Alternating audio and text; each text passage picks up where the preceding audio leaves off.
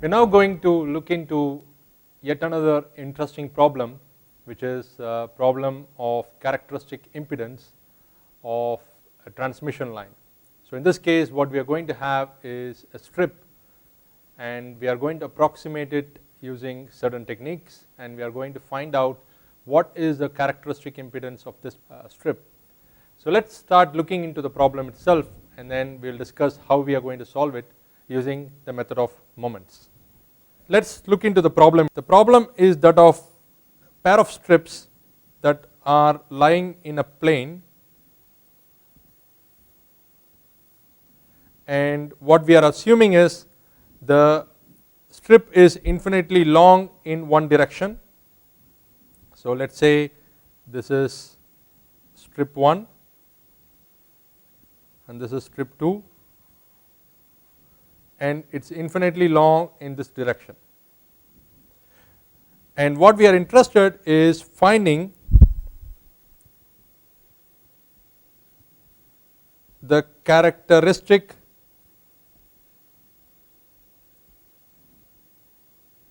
impedance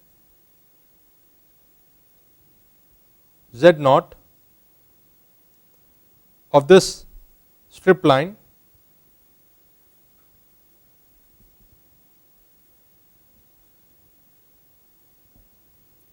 with certain approximation. Here the approximation is the distance between the strip is going to be h, that is equal to 2 meter, and we are talking about a width of the strip. So this is the width,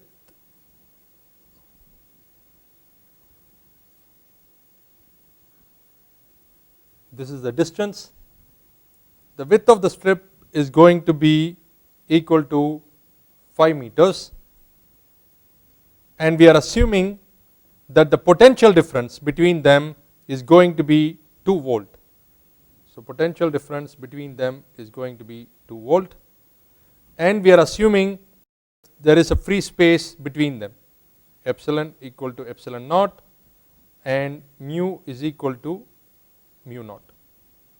So this is going to be our problem definition, and what we are interested is in finding the characteristic impedance of this strip line. So to solve this problem we are going to look at a geometrical simplification of the problem. So what we are going to do is we are going to transform this problem into a 2-dimensional problem, and that is what we are going to do now. So we take only the direction where we know that the plane is there, and then we are able to write here the width and the height, and we are not considering the third dimension, which is infinitely long. So we have reduced the 3D problem to a 2D transmission line problem of a line source in a plane. So let us assume that our x and y axis are located in this manner.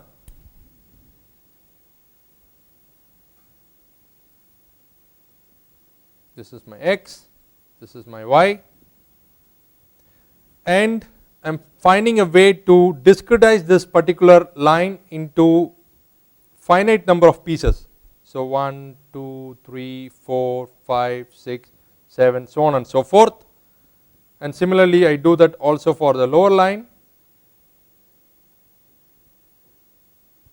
and I assume the distance or the grid size is going to be delta, and the origin is exactly at the center. So I have here h by 2 and here h by 2,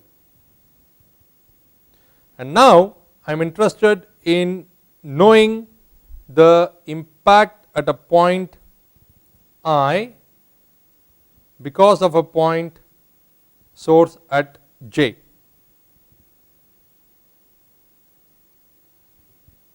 So I assume that this distance is r I comma j. So this is j, this is I, and obviously you can also do the reverse of that. You can see the impact of the point I on j. So this is the way we simplify the 3D to 2D approximation. Once we have that, we can go forward and write the surface charge density of this strip line as follows. Okay, so the surface charge density is going to be written as rho of x comma y, that is equal to total surface charge on the line. So the surface charge density rho of x comma y is going to give the charge that is going to be on this line if we integrate it. So from the rho of x comma y we can get the total q of L, where L stands for the line, as follows. So integral rho dl, and the capacitance per unit length, which is C of L, is going to be given by Q of L divided by Vd. We know Vd, we have to find Q of L to get CL, and the line's characteristic impedance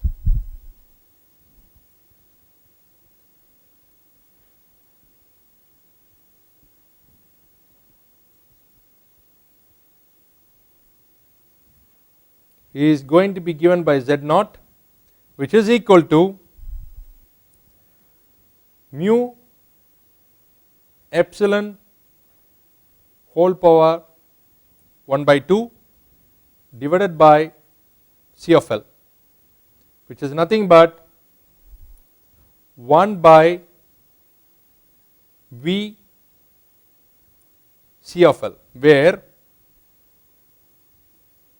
V is the speed of the wave on the transmission line or the strip line.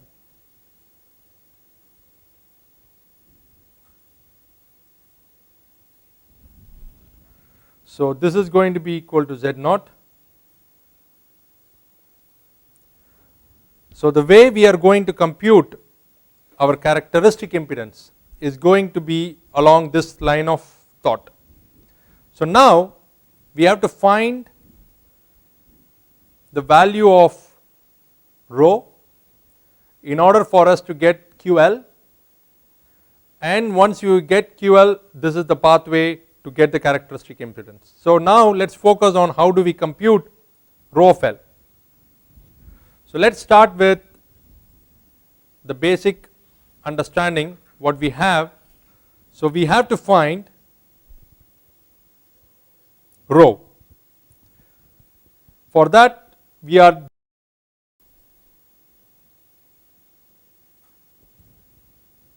dividing each of the strip into subdomains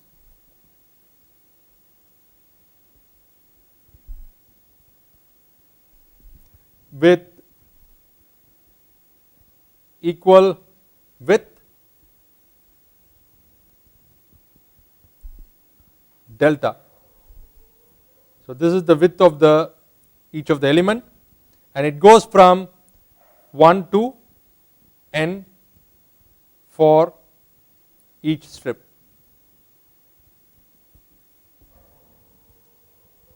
So in total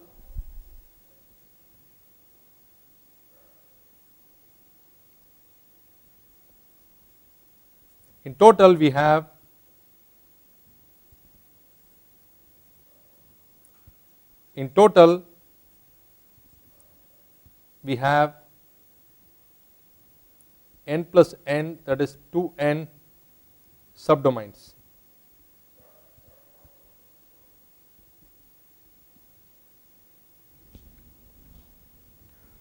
So we have V of x comma y is equal to 1 by 2 pi epsilon integral rho x dash y dash natural logarithm of r divided by r naught dx dash dy dash. So for a source that is located at x dash at y dash, we are computing the potential that is being calculated at x comma y. So this is a kind of a Green's function algorithm for us to get the potential due to a source function which is the rho of x dash at y dash, and r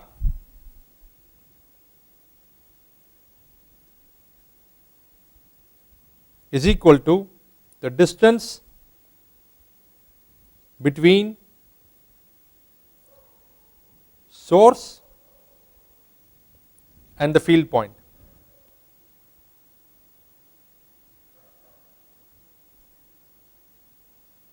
So this is something that we know from the basic theory of method of moments, that once we have this formulation for the Green's function, we can get the value of V using the method of moments as follows. So here it is important that the R, what we are calculating as the distance between the source and the field point, can be directly derived from the knowledge of x and x dash and y dash. So how we do that is a very simple thing. So R is given by the square root of x minus x dash square plus y minus y dash square, and obviously in the third dimension you will also have a z coordinate. So the r naught, what we have in this particular equation, is a scaling function which is set to unity for this problem. So r naught is the scaling function set to unity. And now from the above integral, as in we get v of x comma y is equal to 1 by 2 pi epsilon integral rho of x prime y prime ln r by r naught dx dash dy dash. From this integral, the potential at the center of a typical subarea S1, S2, S3, so on and so forth, can be calculated using the formula here. So what we can do is the potential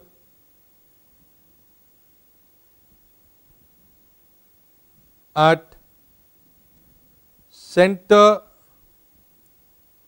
of a typical subarea or subdomain, and these subdomains are the domains what we have considered. So these are the SIs. So the potential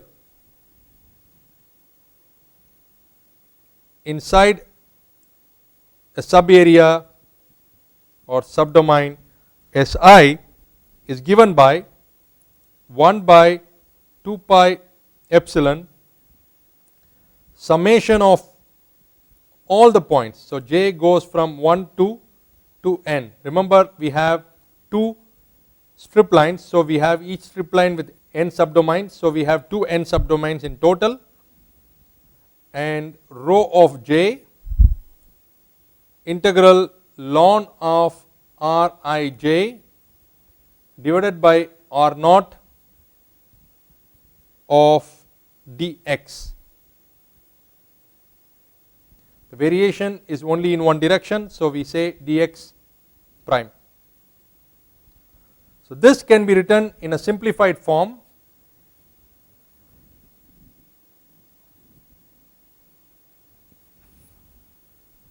So we are going to simplify this one even further, writing phi of I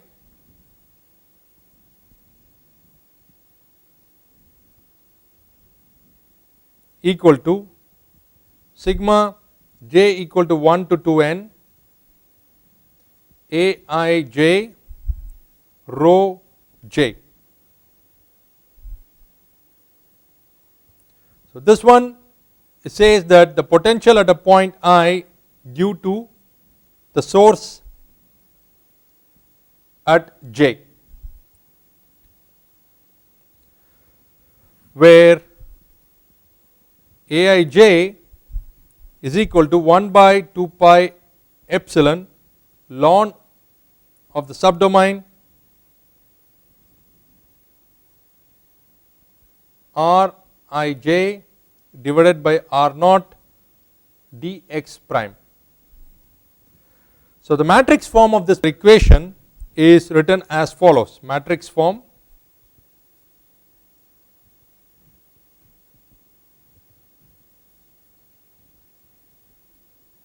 So we have A11, A12, so on and so forth, A1 comma to n,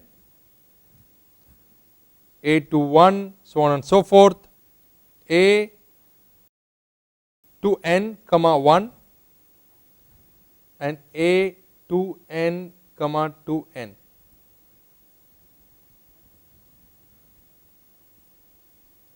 Multiplied by the column vector rho 1, rho 2, so on and so forth, rho 2n equal to the potential that we are given. So it is going to be plus 1, so on and so forth, minus 1 at other points. So in this case we assume that the subdomains are going to be in two different domains. One strip line is going to be in plus 1, the other strip line is going to be in minus 1. So the potentials here, the right hand terms are going to be either plus 1 or minus 1. So this is nothing but A rho equal to B, and we can compute rho from this